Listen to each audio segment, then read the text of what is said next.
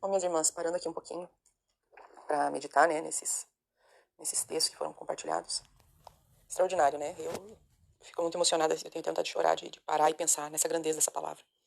Observem aqui, ó, Provérbios 6, 23. Porque o mandamento é lâmpada e a lei é luz, e as repreensões da correção são o caminho da vida.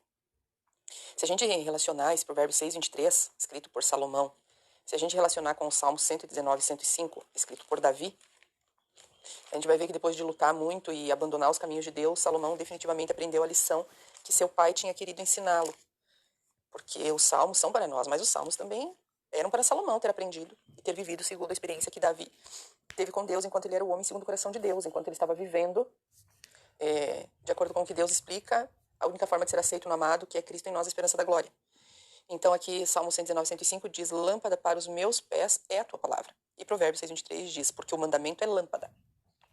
Interessante, né? Porque a lâmpada lá está escrito como palavra e aqui está escrito como mandamento. Mas afinal de contas, todo mandamento de Deus é palavra de Deus. Saiu da boca de Deus, é palavra de Deus. Né? Saiu do dedo de Deus, como foi a lei, é palavra de Deus. Então você veja que qualquer palavra que saia da boca de Deus ou que tenha sido escrita com o seu dedo, ela é lâmpada. E a função da lâmpada é realmente iluminar, né? Então as lâmpadas antigas, elas eram sustentadas pelo óleo e enquanto havia óleo, havia fogo, certo? E enquanto havia fogo, existia luz. Então aqui mostra para nós que o Espírito Santo tem um papel preponderante aqui em nos iluminar usando o quê? Usando a sua própria presença, o óleo, e gerando luz. E a luz afugenta as trevas. Então a gente consegue ver aquilo que Deus deseja nos mostrar.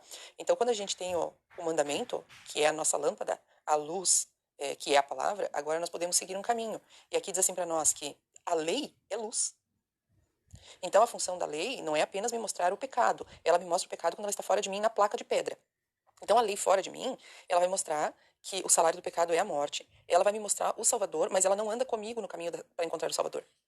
Então ela tem a função de mostrar, porque ela está fora de mim, ela é um sinalizador, ela faz uma constatação. Então ela chega para ser para mim o quê? Como diz Paulo, né? A lei me matou. Então a lei realmente ela vem para nos mostrar o ministério de morte.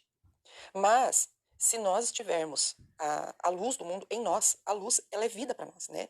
Conforme está escrito em João, capítulo 1. Vamos abrir aqui. Então, capítulo 1 de João diz o que para nós? Ele diz assim: E a luz resplandece nas trevas, e as trevas não a compreenderam. Houve um homem enviado de Deus, cujo nome era João. Este veio para dar testemunho, para que testificasse da luz, para que todos crescem por ele. Não era ele a luz, mas para que testificasse da luz. Ali estava a luz verdadeira que ilumina todo homem que vem ao mundo. Estava no mundo e o mundo foi feito por ele, e o mundo não o conheceu. Então agora a gente vê aqui que João veio para dar testemunho, certo? Esse é o nosso chamado, dar testemunho da luz. Então, como que João dava testemunho? Bom, ele dava testemunho vivendo e pregando. As palavras de João não poderiam ser palavras mortas que contradissessem seu próprio testemunho.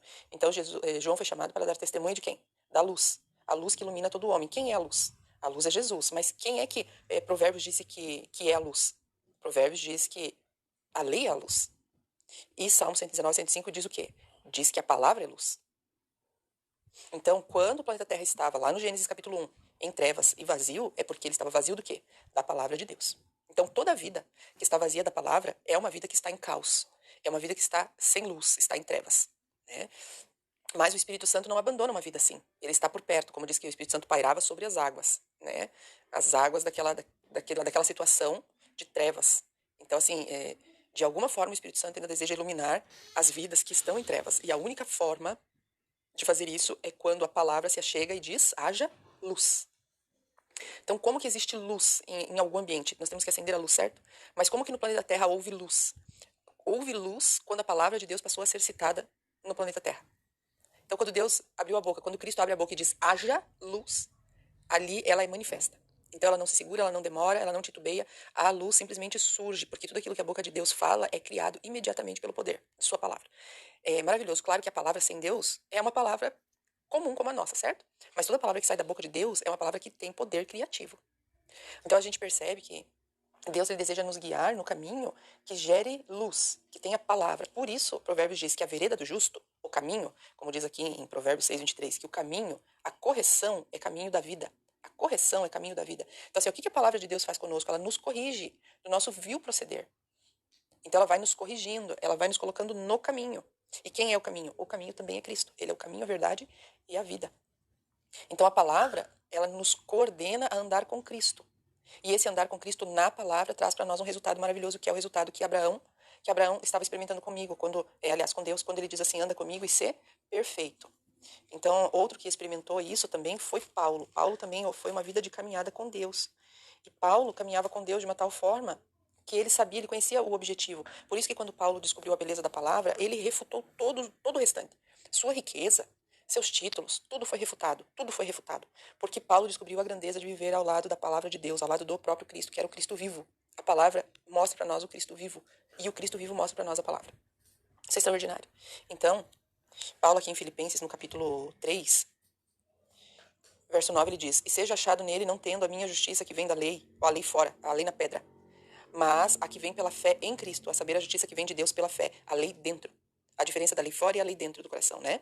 Para conhecê-lo e o poder de sua ressurreição. Por quê? Porque nós estávamos mortos em pecados e delitos. Então, quando Cristo entra na nossa vida, quando ele diz haja luz para nós, agora nós experimentamos uma ressurreição espiritual também, né? Sendo feito conforme a sua morte, para que de alguma maneira eu possa chegar à ressurreição dentre os mortos. Olha aqui a aliança com Abraão. A aliança de Abraão promete isso, né? A herança é mediante a ressurreição. Verso 12, não que já tenha alcançado, ou que já seja perfeito, mas prossigo para alcançar aquilo para que fui também preso por Cristo Jesus. Então, Paulo sabia que existia um objetivo, mas agora sim, quanto mais perto de Cristo, mais pecadores nós nos sentimos. Paulo declara que ele era o maior de todos. Então, isso mostra que ele tinha íntima comunhão com Cristo. Quanto mais comunhão com Cristo, mais perfeito ele via que Cristo era, e mais imperfeições ele via em si mesmo. Mas Paulo sabia que existia um objetivo. Qual é o objetivo? A perfeição. Que tipo de perfeição? Perfeição de caráter. Isso é muito importante, muito importante. Existe um objetivo para que a luz chegue, existia um objetivo para que a luz chegasse no planeta Terra, existe um objetivo para que a luz chegue na nossa vida, e existe ali um ponto crucial, né? Que é a questão de ir para o céu, viver vida eterna. Não passar pela morte. É a perfeição do caráter de Cristo em cada um de nós. Que tudo que o Senhor falou faremos, eles assumiram a própria salvação. Lindo esse texto, muito importante. Mas não era esse o plano de Deus. Deus queria e tinha assumido a responsabilidade da salvação de cada um deles. Por isso que o Senhor os tirou do Egito, para assumir aquilo que eles não podiam fazer. É extraordinário, né? Mas, como eles disseram, faremos, então Deus não os abandona, ainda que eles, né, se orgulharam de sua própria mínima força, Deus não os abandona e dá para eles o sistema de sacrifícios através dos cordeiros.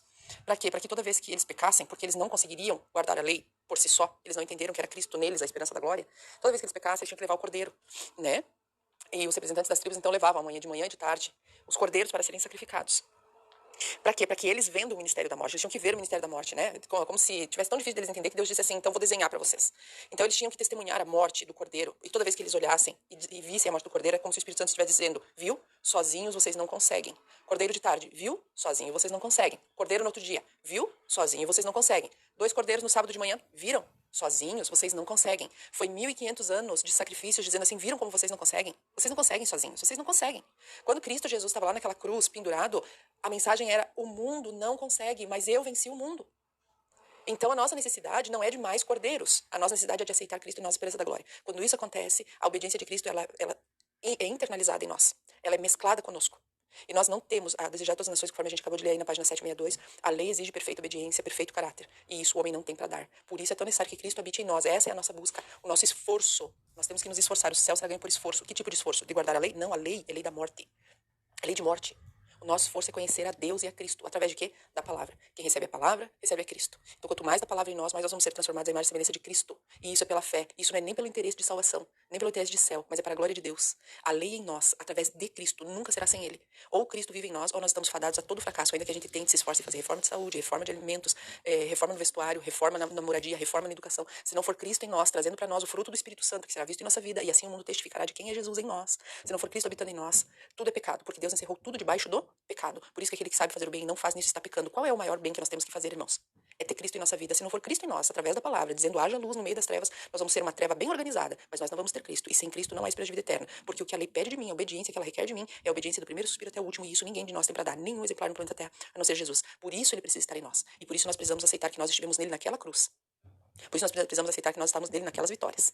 Por isso nós temos que acreditar que nós estamos nele naqueles milagres. Nós estamos na sua carne sendo representados, nós nele, e agora ele em nós. Ele em nós. Cristo estava em carne, e aquele que diz que Cristo não veio em carne humana, do único modelo exemplar que existia há 2000 anos atrás, é o espírito do anticristo. Ele não quer que a gente aceite isso. Por quê? Porque se nós não temos um intercessor que veio até o nosso nível, nós precisamos de um intercessor humano, e esse intercessor humano é o Papa.